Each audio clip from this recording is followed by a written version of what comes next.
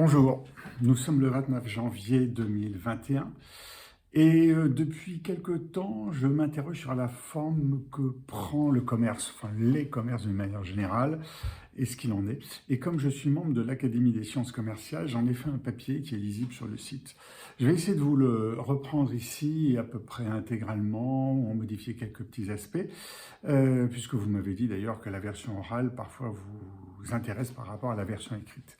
Donc le titre que j'ai donné, c'est « En quoi le commerce peut perdre son fonds de commerce ?» C'est-à-dire que, bon, on va voir un petit peu ce que c'est que le fonds de commerce et en quoi il est en train de perdre. Donc dans la période Covid, sera perçu comme un accélérateur de l'histoire et notamment de celle du commerce et singulièrement du fonds de commerce. La période du Covid que nous vivons actuellement.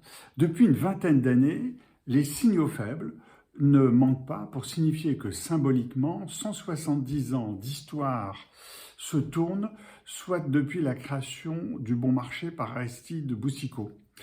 Effectivement, on peut considérer qu'il y a une sorte de parenthèse du commerce, c'est-à-dire qu'il y a un accident, une sorte d'accident d'histoire qui est en train de se faire sur ces 170 ans. J'avais considéré d'ailleurs il y a quelques années que l'hypermarché était un accident d'histoire, c'est-à-dire un objet commercial qui avait une certaine durée de vie et qui, 1963, et c'était éteint, c'était éteint, pas totalement parce qu'il est en voie d'extinction, au moins depuis 2000, 2005, 2010, et ça s'accélère ces derniers temps. Revenons donc à définir le commerce et le fonds de commerce. À l'origine, c'est-à-dire dès l'Antiquité, l'artisan ou le producteur, soit agriculteur, pêcheur, chasseur, vendait le fruit de son travail. Et la multiplication des échanges, disons au Moyen-Âge, quand on pense à Provins ou autre, a développé le commerce entre le producteur et l'acheteur final. Donc, le commerce est alors l'activité d'acheter un bien ou un service et de le revendre. C'est vraiment ça la définition du commerce, c'est un intermédiaire. La révolution industrielle a développé les villes, les transports, le pouvoir d'achat et donc les commerces sédentaires. Auparavant, le commerce était essentiellement nomade, un tout petit peu fixe dans les villes, sur les ponts, on l'a vu dans plusieurs livres d'ailleurs. Ces commerces se sont fait concurrence et ont franchi les étapes de sophistication. Il y a eu les grands magasins, donc il y a 170 ans à peu près, les magasins populaires, les supermarchés, les hypermarchés, les centres commerciaux, les chaînes de magasins, etc. Donc le développement total de cette forme de distribution, de commerce, distribution, peu importe le terme qu'on utilise, qu'on connaît. La révolution industrielle a donc développé les villes. Et je reviens à cet élément-là parce qu'il est important. La voiture a renforcé ce mouvement dès les années 50, ce mouvement de concentration des villes. Aujourd'hui, on considère la France à 80% urbaine, le monde à 50%, j'ai écrit, mais c'est 54% urbain. Et donc, pour un commerce physique, être bien localisé, vous le connaissez, l'implantation est le premier gage de succès. Et c'est le début du fonds de commerce, de sa valorisation, c'est-à-dire que j'ai un magasin quelque part, le magasin a une valeur, le commerce par correspondance, à domicile, voire par Minitel, compte peu. C'est le commerce physique qui compte, qui représente la valeur de quelque chose. Même incorporel, le bail commercial est attaché à un local. Et la clientèle dépend en grande partie du local, quand bien même l'attachement au commerçant ou à l'enseigne ferait que celle-ci quitte le local en cas de départ. Le commerçant quitte son local, il va se mettre ailleurs. Le local, il est toujours là. Il peut perdre une part de sa clientèle. Il n'empêche qu'il a sa propre valeur en tant que localisation de situation géographique. Pour clore le contenu du fonds de commerce, sa valeur, le fonds de commerce n'a pas de définition légale en tant que tel. Il reste la spécificité des produits et les services à ajouter à la clientèle. Donc le fonds de commerce, il a essentiellement une valeur d'immatériel, la marque, le nom, la spécificité des produits, l'assortiment, produits ou services. Depuis une trentaine d'années, tout a changé. On est en 2021, depuis 1990 à peu près. La révolution urbaine a été emporté par deux révolutions accélérées, par l'entrée de la Chine dans l'OMC. L'entrée de la Chine a pris du temps, 1986-2001, donc ça a pris à peu près 15 ans. Les deux révolutions qui ont été accélérées par l'entrée de la Chine, c'est la révolution de l'abondance et la révolution du temps. La révolution de l'abondance, c'est simplement le fruit, enfin simplement, alors qu'aujourd'hui il y a un paquebot, enfin un porte-conteneur de 400 mètres qui est bloqué dans le canal de Suez, on voit ce que ça provoque. La révolution de l'abondance est le fruit de la baisse du coût de l'énergie, et donc du coût des transports, de la croissance des sciences et des technologies et de la production, et donc de l'augmentation mondiale du pouvoir d'achat. C'est incontestable, le monde est plus riche, on vit plus âgé avec plus de pouvoir d'achat. Et puis, c'est la baisse de la valeur du produit. Un steak qu'on achetait après-guerre représentait plusieurs heures de travail. Aujourd'hui, ça se compte en minutes. Les vêtements coûtent, ne serait-ce qu'aujourd'hui, 10 fois moins cher qu'il y a 30 ans. 10 fois moins cher, c'est à peu près ça. Les services sont de moins en moins chers, de plus en plus nombreux, que ce soit les télécommunications, les transports, les hôtels, les loisirs. Tout ce qu'on achète est bien moins cher aujourd'hui qu'il y a 30 ans. On est dans cette révolution de l'abondance, révolution de surabondance. Et aujourd'hui, où démarre à l'Assemblée nationale la loi climat et résilience, c'est un aspect qui est un petit peu évoqué, mais à mon sens, pas suffisamment dans une réflexion globale. Il est en train de traiter le passé, pas en train de préparer l'avenir, mais c'est un autre sujet. Donc, révolution de l'abondance. Et deuxième révolution, je disais tout à l'heure, c'est la révolution du temps. La révolution du temps est le fruit de la durée de vie qui est en augmentation et la durée de travail qui est en diminution. En France, le temps de travail représentait à peu près après-guerre 40% du temps de vie éveillé. Aujourd'hui, il en représente 11%. Oui, c'est curieux, hein? Enfin, faites les calculs. On travaillait 45 heures, on avait 2 semaines de congés payés, on travaille 35 heures, on a 5-6 semaines de congés payés, des ponts, etc. Faites le calcul, on mourrait plutôt vers 65 ans et on meurt plutôt vers 75-80 ans en moyenne. Donc, 11% de sa vie, on travaille. Le temps disponible augmente sans cesse. Il augmente en apparence. Or, le temps est devenu une denrée rare, curieusement. Plus on a de temps, moins on en a. Face à l'augmentation des sollicitations de toutes sortes, c'est les écrans, toutes sortes d'écrans, les loisirs, les sports, les week-ends, les vacances, et puis d'autres occupations sociales, etc., qui se développent énormément et dont on n'avait pas tellement le temps de les développer auparavant. Le consommateur devient avare de son temps concerné par le commerce. Pour revenir à celui-ci, posséder un produit ou un service est devenu une nécessité, surtout en diminuant le temps d'achat, qui est souvent un temps contraint. Lorsque le choix est fait, lorsqu'on sait ce qu'on achète, finalement, on va au plus vite. D'autant que villes et centres commerciaux sont régulièrement saturés de voitures. C'est un petit détail, mais regardez, c'est comment ça a évolué ces 20 ou 30 dernières années. On a diminué l'accès aux voitures il y a 20 ou 30 ans en faisant payer les parkings, les parcs-mètres, etc. Et aujourd'hui, pour les villes qui ont des problèmes commerciaux, elles sont de plus en plus nombreuses, eh bien on réfléchit à faire des parkings moins chers, gratuits, pour que les voitures s'approchent le plus possible, parce que quand on fait ses courses, il faut qu'on les charge. Voilà. Alors ensuite, depuis 20 ans, donc il y a eu cette révolution de l'abondance et cette révolution du temps, depuis une vingtaine d'années, on en est à la révolution numérique. Et on va parler de 2 dates importantes. La première, quand date l'ordinateur, etc., peu importe, Internet, c'est 2000. 2000, c'est l'explosion de la bulle Internet. Vous vous en souvenez? Moi, je me souviens le jour où Darty avait dit en 2000 « je vais ouvrir un site Internet », son action le même jour avait grimpé de 15%. Donc on était dans une bulle Internet.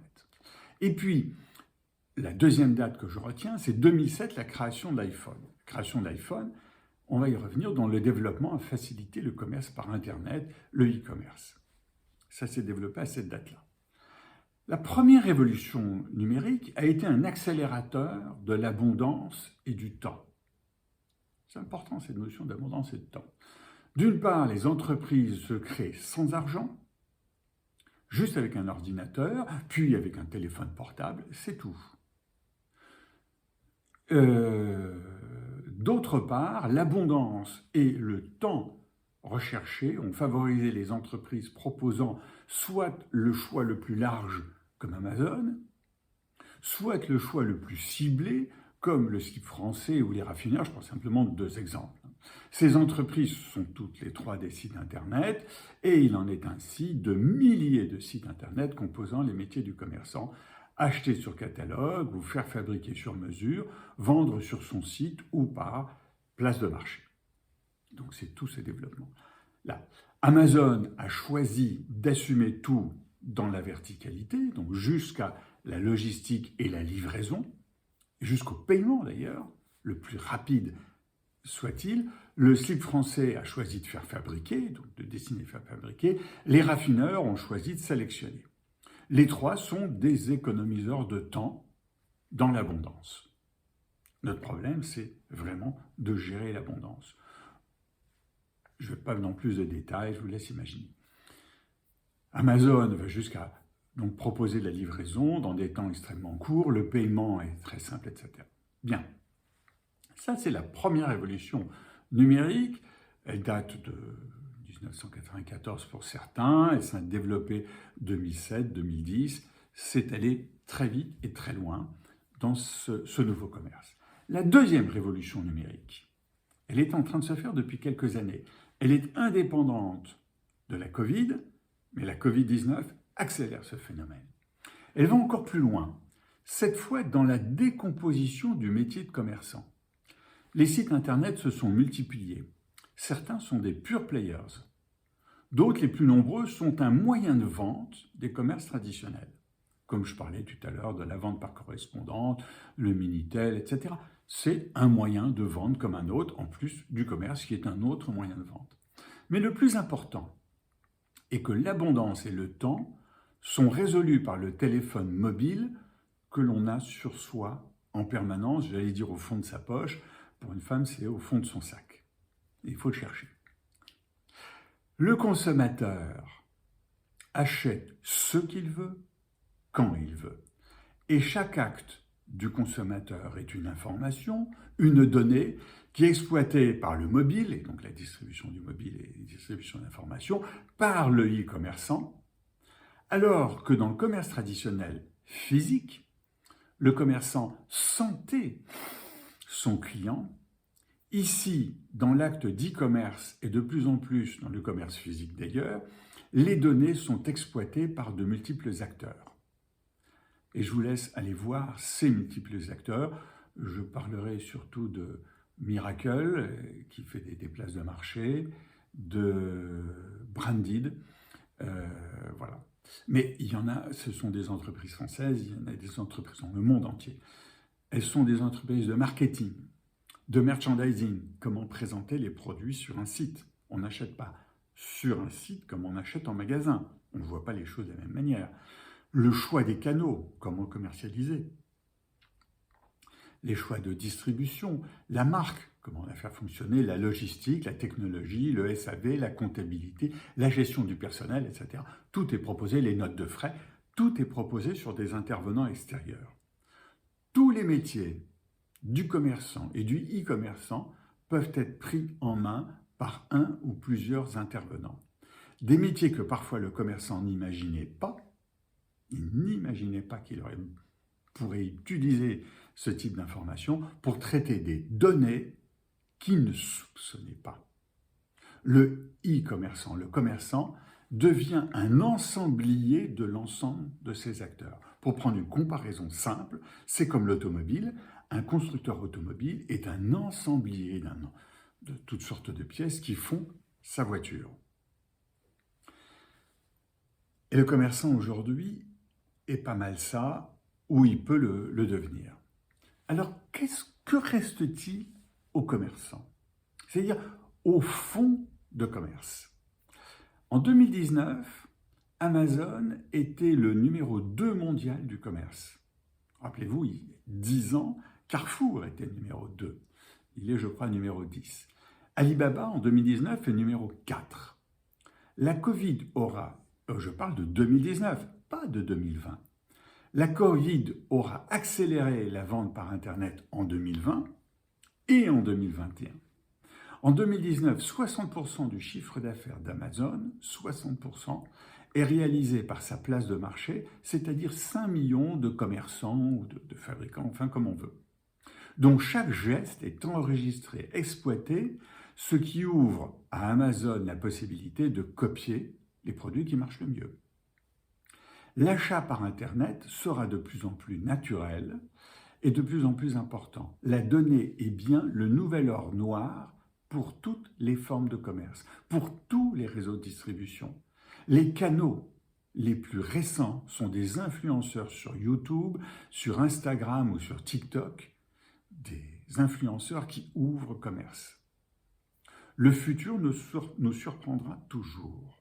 C'est-à-dire qu'il y a des gens sur Internet qui vendent des produits directement, parce qu'ils sont regardés par des milliers, dizaines de milliers, centaines de milliers de personnes.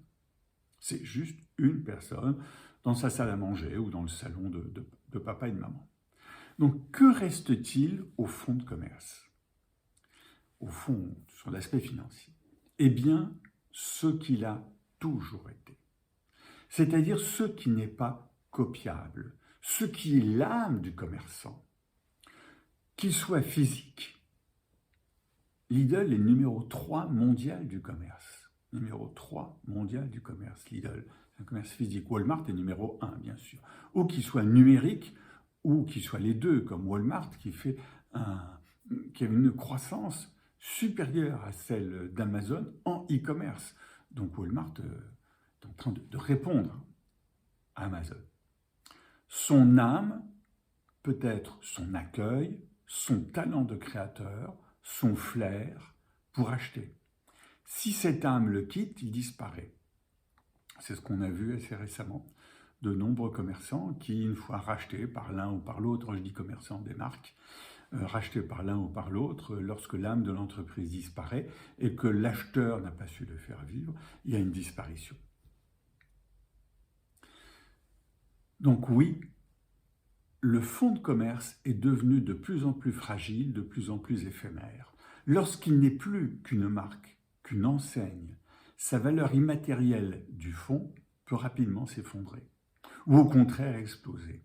Et certaines marques de luxe sont de beaux exemples. Dans des échecs, mais pas mal dans des gains.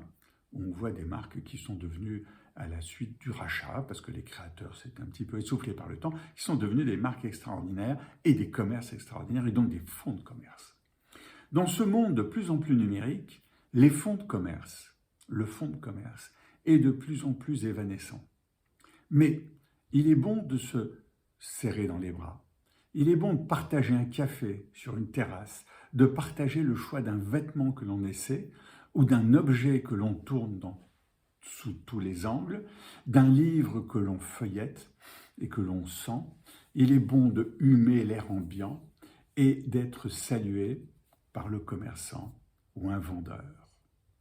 Donc le e-commerce, oui, mais le commerce traditionnel, oh que oui.